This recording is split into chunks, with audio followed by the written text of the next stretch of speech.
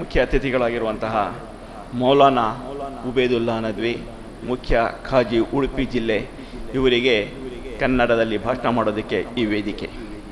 ಬಿಸ್ಮಿಲ್ಲಾಹಿರ್ ರಹಮಾನಿರ್ ರಹೀಮ್.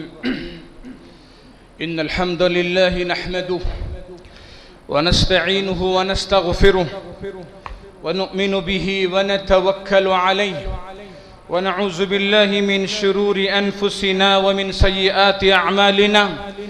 من يهده الله فلا مضل له ومن يضلله فلا هادي له ونشهد أن لا إله إلا الله وحده لا شريك له ونشهد أن سيدنا محمدا عبده ورسوله صلى الله عليه وآله وصحبه وبارك وسلم تسليما كثيرا كثيرا. أما بعد, ಪರಮಯ ದಯಾಮಯನೂ ಕರುಣಾನಿಧಿಯೂ ಆದ ಅಲ್ಲಾಹ ನಾಮದಿಂದ ವೇದಿಕೆ ಮೇಲೆ ಆಸೀನರಾಗಿರುವ ಗೌರವಾನ್ವಿತ ಗಣ್ಯರೇ ಹಾಗೂ ಇಲ್ಲಿ ನೆರೆದಿರುವ ಆತ್ಮೀಯ ಸಹೋದರರೇ,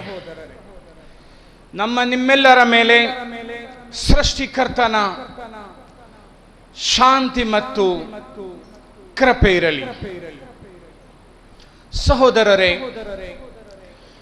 ಇಂದು ಮುಹಮ್ಮದ್ ಸಲ್ಲಲ್ಲಾಹು ಅಲೈಹಿ ವಸಲ್ಲಂ ಎಲ್ಲರಿಗಾಗಿ ಒಂದು ಅಭಿಯಾನದ ಪ್ರಯುಕ್ತ ಮರ್ಕಜಿ ಖಲೀಫತುಲ್ ಜಮಾತುಲ್ ಮುಸ್ಲಿಮೀನ್, ಮರ್ಕಜಿ ಖಲೀಫಾ ಜಮಾತುಲ್ ಮುಸ್ಲಿಮೀನ್ ಭಟ್ಕಲ್ ಇವರ ವತಿಯಿಂದ ಎಲ್ಲರಿಗಾಗಿ ಮಸ್ಜಿದ್ ದರ್ಶನ ಕಾರ್ಯಕ್ರಮ ಹಮ್ಮಿಕೊಳ್ಳಲಾಗಿದೆ.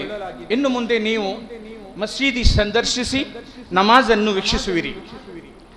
ನಾನು ತಮ್ಮೆಲ್ಲರನ್ನು ಹೃತ್ಪೂರ್ವಕವಾಗಿ ಸ್ವಾಗತಿಸುತ್ತೇನೆ. ಇಂದಿನ ಕಾಲಘಟ್ಟದಲ್ಲಿ ಪರಸ್ಪರನ್ನು ಅರಿಯಲು ಮತ್ತು ಸಹಬಾಳ್ವೆಯಿಂದಿರಲು ಈ ರೀತಿಯ ಸೌಹಾರ್ದ ಸಂಗಮಗಳು ಎಲ್ಲ ಕಡೆಗಳಲ್ಲಿ ನಿರಂತರವಾಗಿ ನಡೆಯುತ್ತಿರಬೇಕು. ಇಂದಿನ ಈ ಅರ್ಥಪೂರ್ಣ ಕಾರ್ಯಕ್ರಮ ನಿಯೋಜಿಸಿದ ಖಲೀಫಾ ಜಮಾತುಲ್ ಮುಸ್ಲಿಮೀನ್ನ ಎಲ್ಲ ಹೊಣೆಗಾರರಿಗೆ ನಾನು ಅಭಿನಂದಿಸುತ್ತೇನೆ. ಸಹೋದರರೇ, ಪ್ರವಾದಿ ಮುಹಮ್ಮದ್ ಸಲ್ಲಲ್ಲಾಹು ಅಲೈಹಿ ವಸಲ್ಲಂ ಸರ್ವ ಲೋಕಗಳಿಗೆ ಅನುಗ್ರಹವಾಗಿ ಕಳಿಸಲಾಗಿದೆ ಎಂದು ಪವಿತ್ರ ಕುರ್ಆನ್ ಹೇಳುತ್ತದೆ.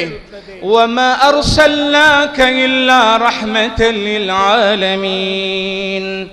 ಅಂದರೆ ಅವರು ಕೇವಲ ಮನುಕುಲಕ್ಕೆ ಮಾತ್ರವಲ್ಲದೆ ಪ್ರಾಣಿ ಪಕ್ಷಿ ಸೇರಿದಂತೆ ಸಕಲ ಜೀವರಾಶಿಗಳಿಗೂ ಅನುಗ್ರಹವಾಗಿದ್ದಾರೆ. ಪ್ರವಾದಿ ಸಲ್ಲಲ್ಲಾಹು ಅಲೈಹಿ ವಸಲ್ಲಂ ಜನರಿಗೆ ಸಹಾಯ ಮಾಡುತ್ತಿದ್ದರು, ಜನರೊಂದಿಗೆ ವ್ಯವಹರಿಸುವಾಗ ವಿನಮ್ರವಾಗಿದ್ದರು, ಎಲ್ಲರನ್ನೂ ಸಮಾನವಾಗಿ ಪರಿಗಣಿಸುತ್ತಿದ್ದರು, ಪ್ರತೀಕಾರ ತೀರಿಸಿಕೊಳ್ಳುವಾಗ ನ್ಯಾಯಯುತವಾದ ವ್ಯವಹರಿಸುತ್ತಿದ್ದರು, ಜನರೊಂದಿಗೆ ಉತ್ತಮ ಸಂಬಂಧವನ್ನು ಹೊಂದಿದ್ದರು, ಟೀಕೆಗಳಿಗೆ ಎಂದೂ ಪ್ರತಿಕ್ರಿಯಿಸುತ್ತಿರಲಿಲ್ಲ, ಸೌಮ್ಯವಾಗಿ ವ್ಯವಹರಿಸುತ್ತಿದ್ದರು, ಜನರ ಮೇಲೆ ಎಂದಿಗೂ ದಬ್ಬಾಳಿಕೆ ತೋರ್ಪಡಿಸಲಿಲ್ಲ, ಸ್ವಯಂ ಪ್ರೇರಿತವಾಗಿ ಸತ್ಕರ್ಮಗಳನ್ನು ಮಾಡಲು ಜನರಿಗೆ ಪ್ರೇರಣೆ ನೀಡುತ್ತಿದ್ದರು, ಅವರ ಮನ ಒಲಿಸುತ್ತಿದ್ದರು ಮತ್ತು ಅವರ ತಪ್ಪುಗಳನ್ನು ಸರಿಪಡಿಸುತ್ತಿದ್ದರು ಮತ್ತು ತನ್ನ ಮಾತು ಕೃತಿಯಿಂದ ಯಾರನ್ನೂ ನೋಯಿಸುತ್ತಿರಲಿಲ್ಲ. ಸಹೋದರರೇ, ಪ್ರವಾದಿ ಸಲ್ಲಲ್ಲಾಹು ಅಲೈಹಿ ವಸಲ್ಲಂ ಸಂದೇಶ ಸಮಸ್ತ ಮಾನವರಿಗಾಗಿದೆ. ಪ್ರವಾದಿ ಸಲ್ಲಲ್ಲಾಹು ಅಲೈಹಿ ವಸಲ್ಲಂ ಸಂದೇಶ ಸಮಸ್ತ ಮಾನವರಿಗಾಗಿದೆ. ವರ್ಣ, ವರ್ಗ ಮತ್ತು ದೇಶ ಎಂಬ ಭಿನ್ನತೆಗಳನ್ನು ಬದಿಗೊಟ್ಟು ಮನುಷ್ಯರನ್ನು ಮನುಷ್ಯನೆಂಬ ನೆನೆಯಲ್ಲಿ ಅಭಿನಂದಿಸಿದರು. ಸಮಸ್ತ ಮಾನವರ ಯಶಸ್ವಿ ಜೀವನಕ್ಕಾಗಿ ತನ್ನ ಆದರ್ಶಗಳನ್ನು ಜನರ ಮುಂದಿಡುತ್ತಾರೆ.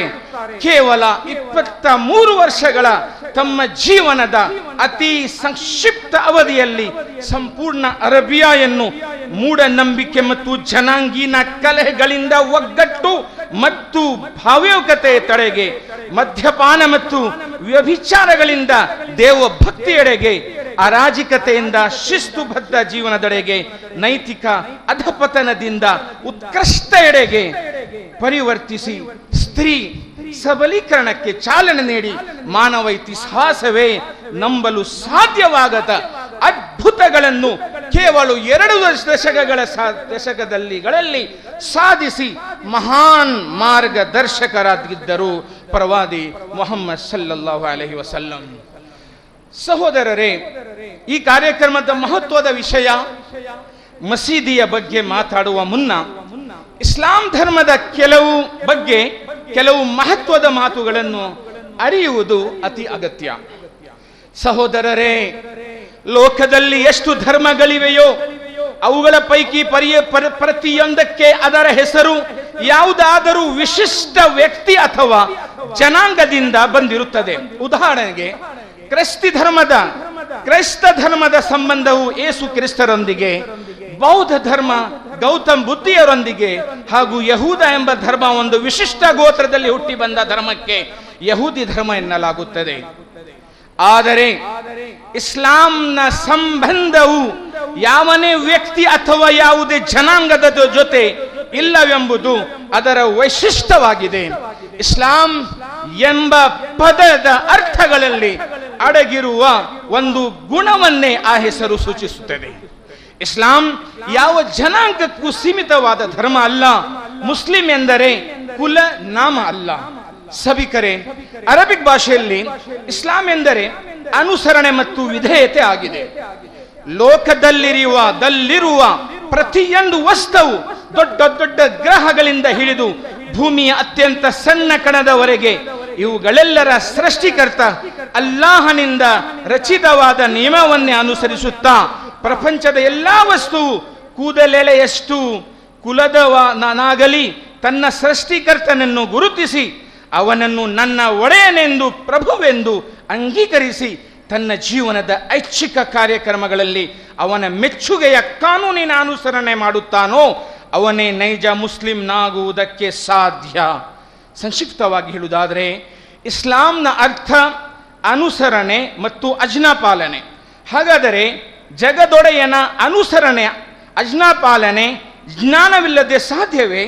ಇದರಿಂದ ತಿಳಿದು ಬರುವುದೇನೆಂದರೆ, ಇಸ್ಲಾಂ ಎಂದರೆ ಜ್ಞಾನ ನಂತರ ಅನುಸರಣೆ. ಜಾಟರಲ್ಲಿ ಜನ್ಮ ತಾಳಿದವನು ಜಾಟನಾಗಬಹುದು, ಮುಸ್ಲಿಂ ತಾಯಿ ತಂದೆಗೆ ಜನಿಸಿದವನು ಜ್ಞಾನವಿಲ್ಲದೆ ಮುಸ್ಲಿಂನಾಗಲು ಸಾಧ್ಯವಿಲ್ಲ ಎಂಬುದು ಇದರಿಂದ ಸ್ಪಷ್ಟವಾಗುತ್ತದೆ. ಇಸ್ಲಾಂ ಸಭಿಕರೇ, ಇಸ್ಲಾಂನ ಮೂಲ ವಚನವು ಲಾ ಇಲಾಹ ಇಲ್ಲಲ್ಲಾಹ್ ಮುಹಮ್ಮದ್ ರಸೂಲುಲ್ಲಾಹ್.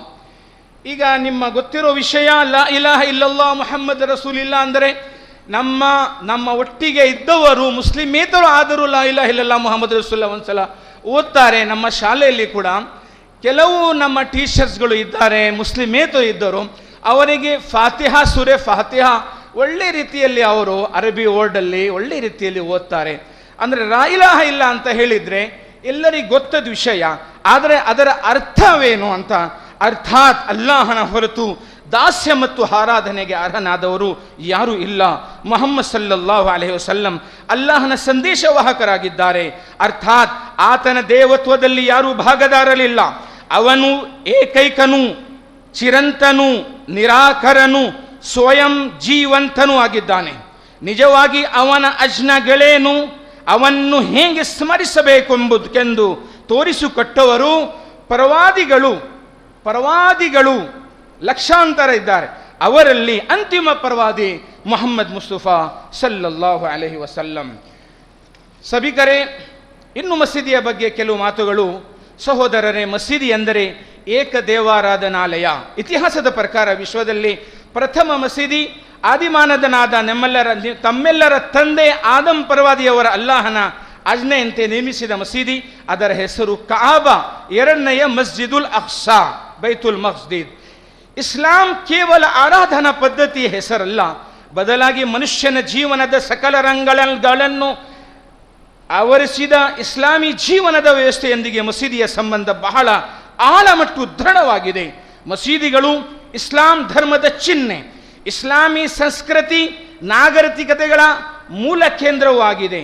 ಬೇರೆ ಮಾತಲ್ಲಿ ಹೇಳಬೇಕಾದ್ರೆ, ದೇಹದ ವ್ಯವಸ್ಥೆಯಲ್ಲಿ ಹೃದಯಕ್ಕೆ ಯಾವ ಸ್ಥಾನಮಾನವಿದೆಯೋ ಅದೇ ಸ್ಥಾನ ಇಸ್ಲಾಂ ಸಮಾಜದಲ್ಲಿ ಮಸೀದಿಗೆ ಪ್ರಾಪ್ತವಿದೆ ಎಂಬುದರಲ್ಲಿ ಎರಡು ಮಾತಿಲ್ಲ.